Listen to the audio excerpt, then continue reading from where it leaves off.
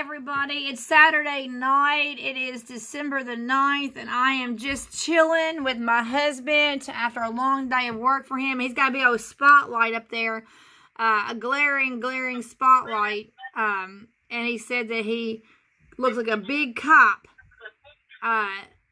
So I'm doing a video call with Steven, because we do many video calls. Steven, tell everybody.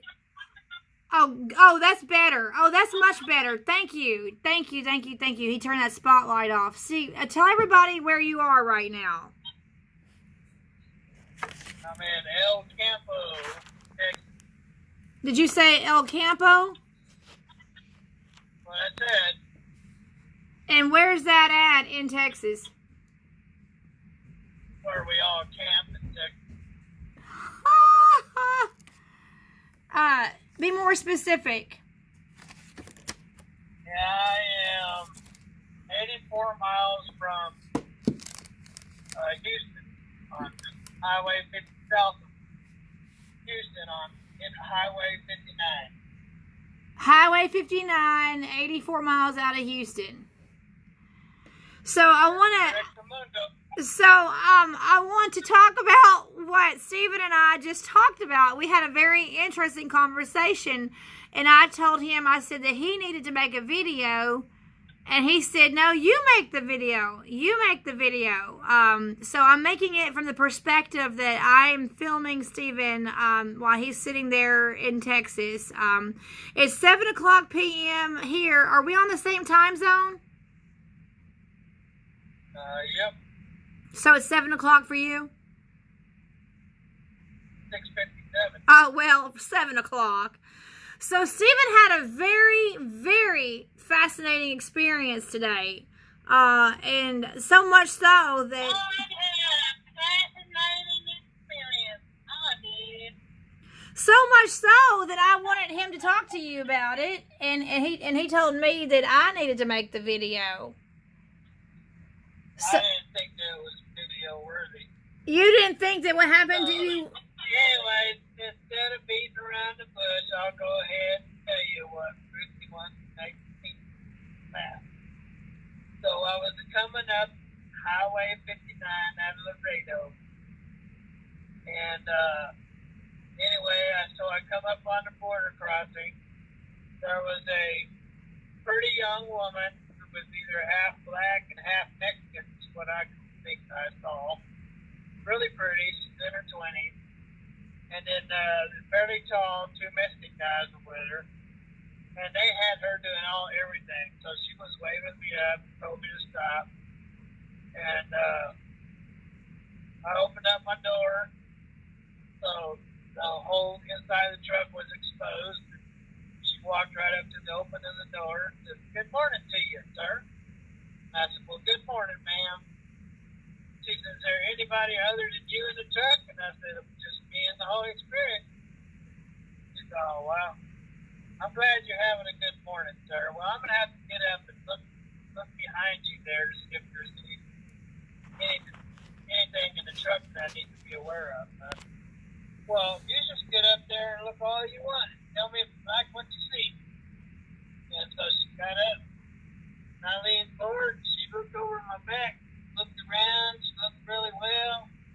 She got back down. She said, "Very nice trick you got there." And I said, "Well, thank you."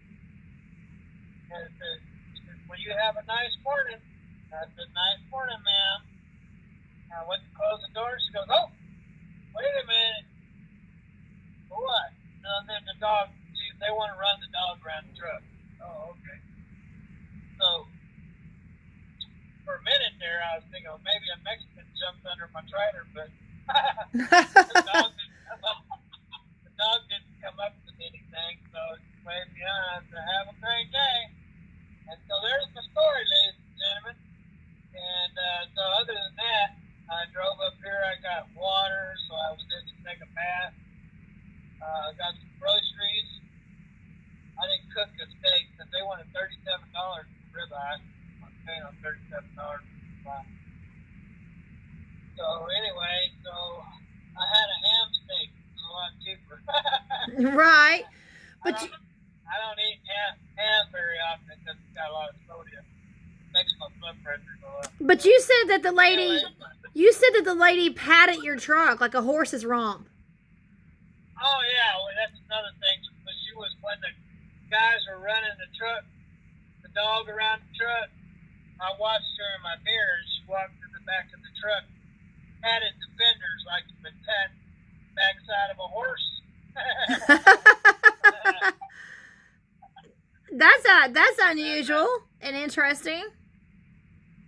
Yeah, she thought she was patting a big elephant on the butt, I guess. Oh wow, wow.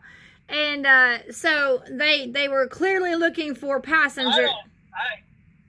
A lot of people like this truck. I really don't care for it, but you know, people always tell me that it's a really cool looking truck. So anyway, I guess she was just. I mean, I keep it clean. I try to keep it looking nice. That's about all I can do. But yeah, it is an old Freightliner. I'm not into Freightliners, but classics are pretty cool trucks. It's black, silver frame, flames, and fenders. So yeah, I guess it is kind of cool. So people, when they see it, they always tell me it's a nice truck. Well, she liked it well enough to pat it like a dog. Yeah, she patted it on the rear and sent it on its way. Wow.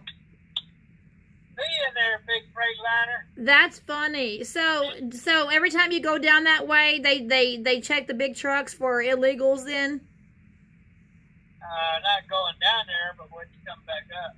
Oh, well, yeah, when you're coming up. You don't get checked unless you're going over the border, going south. But when you're coming back up, you'll get checked at border crossing. Okay.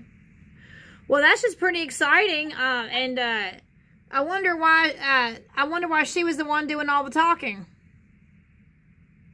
It's probably new. Probably what it is. And they were just making her learn the job. That's right. So, tell me about the cows that you're parked next to. The cows, the moo. Well, they're not really cows. They're steer cattle. So I'm parked next to I don't know what you call them, but it's where they drop off their cattle at night, get them fatted up, watered up, and they come and pick them up the next morning, take them on to wherever they got to go. So I know there's an official name for it, but I don't know what it is. A corral? A corral? It is a corral, but there's another name for it. So do you think anyway? Do you think that you would ever want to? I know at one time you were looking at the possibility of being a cattle hauler. Do you think you'd ever do that? Well, I went down and talked to King. Was it King's Cattle? King's Livestock. Yeah, I went down to King's Livestock and sat down and talked to a woman for a couple of hours. She told me what driving, hauling cattle entailed and everything. She was telling me that when you load the cattle, number one thing about the cattle is that they're going to lose weight. The longer they're on the truck, the more weight they're going to lose. And they sell them by the weight. And so when you put them on that, when you put them in the wagon, you have to get to where you're going. There's no screwing around. You just have to go. And so, it sounded kind of wild and crazy to me when you're running halfway across the country or all the way across the country and you can't get any sleep or anything. You got cattle. But anyway. So that's not the job for you. No, I don't. I mean, back when I was a young man, we used to drive Chelsea, New York, clean us, in 3 days. It was not a problem. So, from one side of the country to the other. By the way, talking about how you're not a young man anymore, I love your beard. I love how you got like a skunk tail in your beard. Well, that's not a good way to label somebody.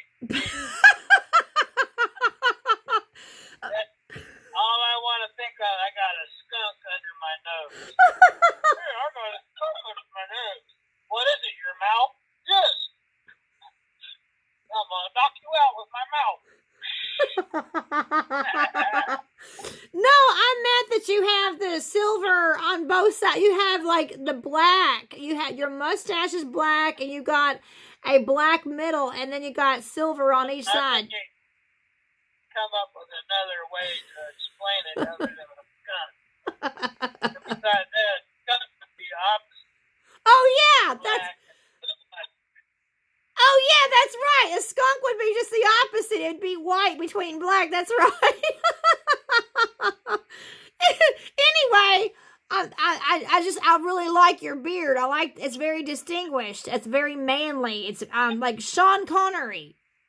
You look like Sean Connery. Is that right? Yeah. I thought I looked like Stephen Howard. Oh, well, that too. So, anyway, well, that's my hubby's news, and so we're just checking in. I'm here on the home front in Kentucky, and Stephen's in Texas, and so we often make video calls. We often talk to each other several times a day on video. So, a truck came over here and dropped a bunch of cattle off. They're over there mooing. I hope they get their bellies full and go to sleep for a little bit. Well, if they don't, I guess you're not gonna be able to sleep if you have the cattle over there. Yeah, I'll go to sleep. All right, Stephen. Well, sign off, and we'll tell everybody to have a pleasant sleep. Yep, sinus meds kicking in, getting tired. Well, ladies and gentlemen, hopefully you enjoyed Brittany B's phone call with Big Belly. Big Belly.